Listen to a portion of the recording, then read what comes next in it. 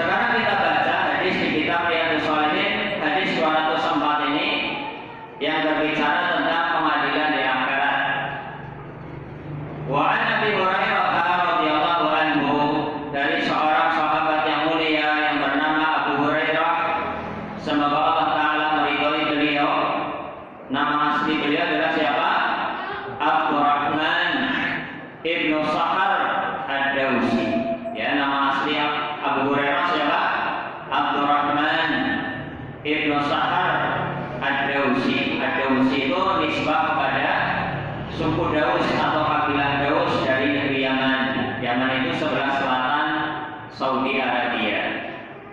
Anna Rasulullah sallallahu alaihi wasallam qala, sesungguhnya Rasulullah sallallahu alaihi wasallam bersabda, la tu'addunna al-huquqa ila ahliha yaumal qiyamah.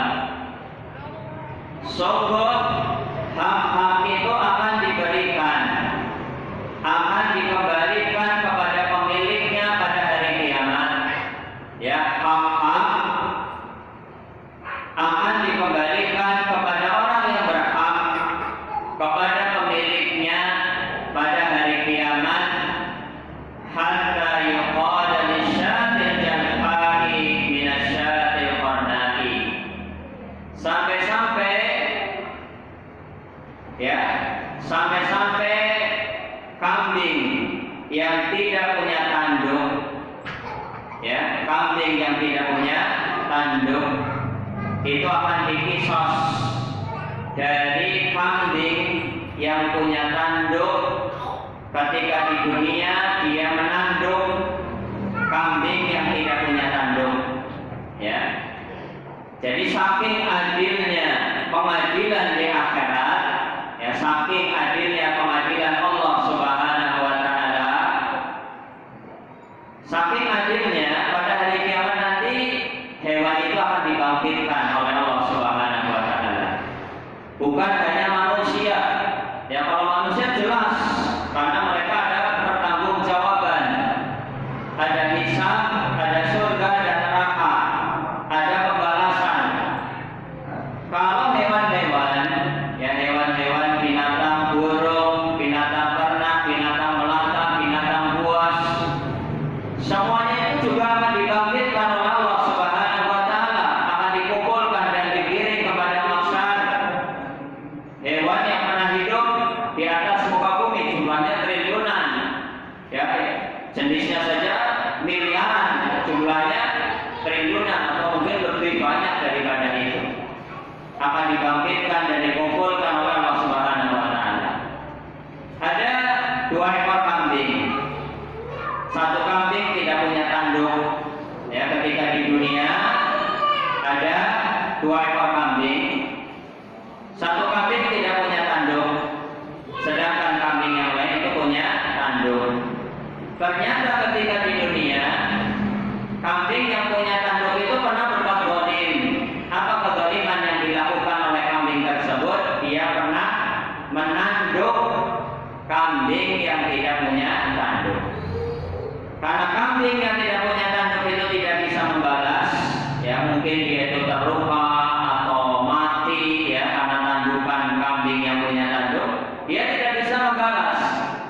Maka pada hari kiamat Allah akan menjadikan hewan yang dulunya tidak punya tanduk itu akan diberikan tanduk, ya, diberikan tanduk oleh Allah Subhanahu wa Ta'ala.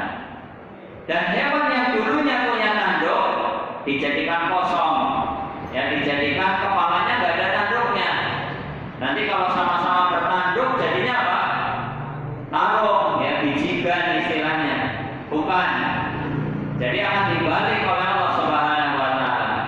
Sehingga dulu kambing yang dizalimi, yang ditanduk karena nggak bisa balas, pada hari kiamat di padang mahsyar akan bisa membalas hewan yang dulu pernah menanduknya. Kalau hewan saja akan dikisos pada hari kiamat, akan dibalas dengan sempurna, akan diadili dengan seadil-adilnya oleh Allah Subhanahu wa Ta'ala. Lalu bagaimana dengan manusia diciptakan oleh Allah Subhanahu wa taala untuk menerima pembalasan. Dia diciptakan oleh manusia punya akal, punya pikiran, tahu baik dan tahu buruk. Maka tentu akan dikisos dan dibalas kezaliman sesama manusia, akan dibalas, akan dikisos oleh Allah Subhanahu wa taala. Makanya Nabi sallallahu alaihi wasallam bersabda, "La tu'addunna al-huquqa ila ahliha yaumil qiyamah."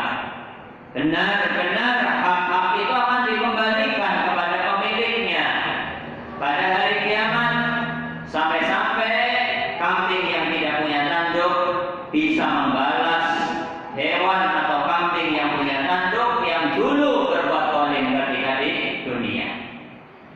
Rawahu Muslim, hadis ini diriwayatkan oleh Imam Muslim. Kaum muslimin wal muslimat rahimani wa rahimakumullah. Maka hadis ini menjadi dalil tentang adanya pengadilan di akhirat.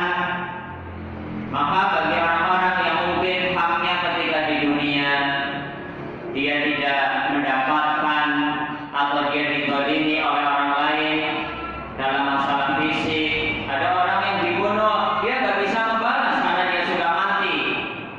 Maka ingat, yakinlah bahwasanya di akhirat akan ada kisos di padang mahsyar.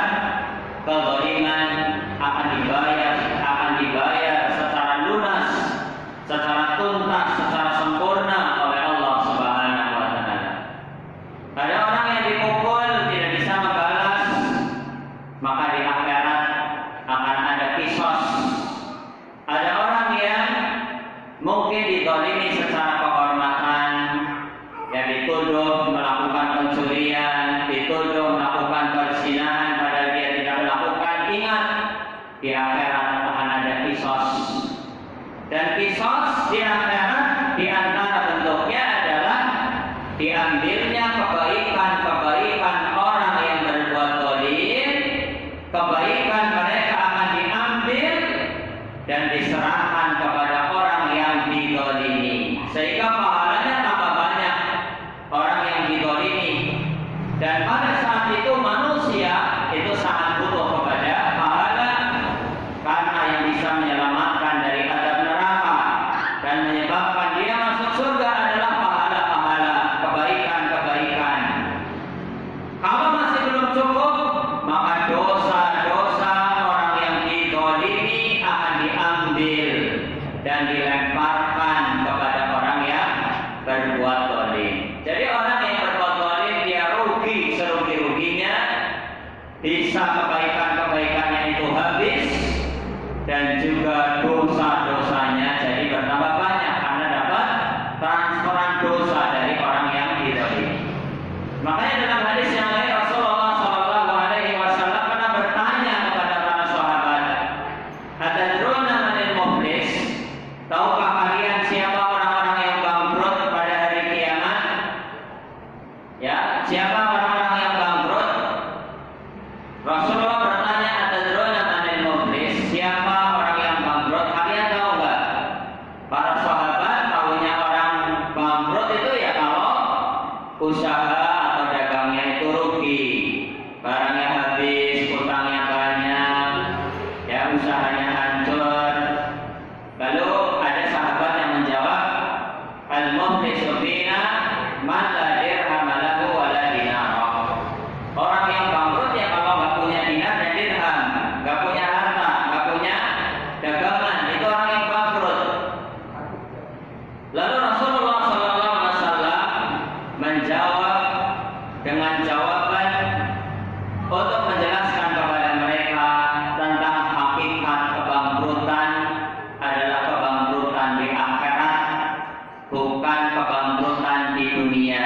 Rasulullah menjawab, "Al-muflisu," ya orang-orang yang bangkrut adalah orang yang datang pada hari kiamat, dia membawa pahala salat, membawa pahala puasa, membawa pahala zakat, pahala haji, pahala sedekah, pahala baca Quran, pahala-pahala yang begitu banyak dia bawa pada hari kiamat.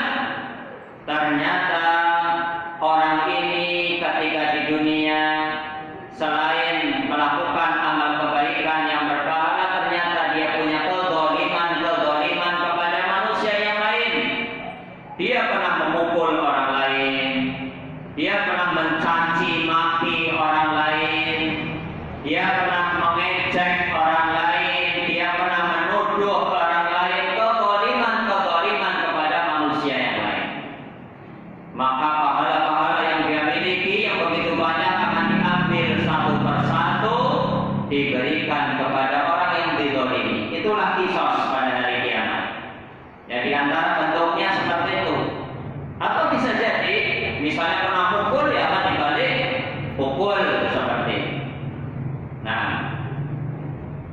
kaum muslimin rahimani wa rahimakumullah, jamaah yang dimuliakan oleh Allah Subhanahu wa taala. Kemudian faedah yang selanjutnya yang bisa kita ambil dari hadis yang kita baca, hadis 204 tadi adalah bahwasanya yang dibangkitkan pada hari kiamat dan dikumpulkan di padang mahsyar itu bukan hanya manusia dari Nabi Adam sampai dengan manusia yang terakhir. Ketika hari kiamat bukan hanya mereka, bukan hanya kita manusia, tapi semua makhluk akan dikumpulkan oleh Allah Subhanahu wa taala. Jin-jin yang diciptakan oleh Allah juga akan dikumpulkan, karena jin itu juga mukallaf, makhluk yang dibebani syariat. Mereka juga wajib untuk mengerjakan sholat, puasa, ya tentunya alamnya mereka berbeda, hanya Allah yang tahu tentang hakikat ibadah mereka itu seperti apa. Ya, tapi mereka dibebani juga beban-beban syariat, kewajiban syariat. Ya, cuma hakikatnya ya mereka alam yang berbeda, ya alam gaib, ya hanya Allah yang tahu. Tapi kita yakini firman Allah Subhanahu wa taala, "Wa ma khalaqul jinna wal insa illa liya'budun." Tidaklah aku ciptakan jin dan manusia kecuali hanya untuk beribadah kepada. Nah, masyarakat muslimin rahimani wa rahimakumullah. Lalu untuk apa hewan itu dibangkitkan dan dikumpulkan di padang mahsyar? Ya. Kalau manusia untuk dihisab, dimizan, meniti sirat, masuk surga atau neraka, ada pembalasan. Kalau hewan-hewan itu dibangkitkan oleh Allah Subhanahu wa taala bukan untuk masuk surga atau neraka, enggak. Mereka hanya di padang mahsyar. Enggak sampai meniti sirat itu enggak.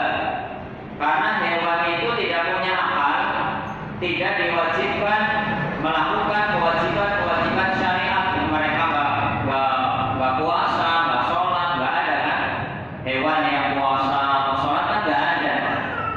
Ya, jadi mereka hanya untuk menegakkan keadilan Allah Subhanahu wa taala saja, menunjukkan Allah itu maha adil. Makanya hewan itu dibangkitkan, dikisos. Ya. Di antara dalilnya adalah surat At-Takwir ayat 5, ya, surat At-Takwir ayat 5, Allah Subhanahu wa taala berfirman, "Wa idzal wuhushu husirat." Dan jika binatang-binatang liar itu dikumpulkan pada hari kiamat di padang mahsyar oleh Allah Subhanahu wa taala.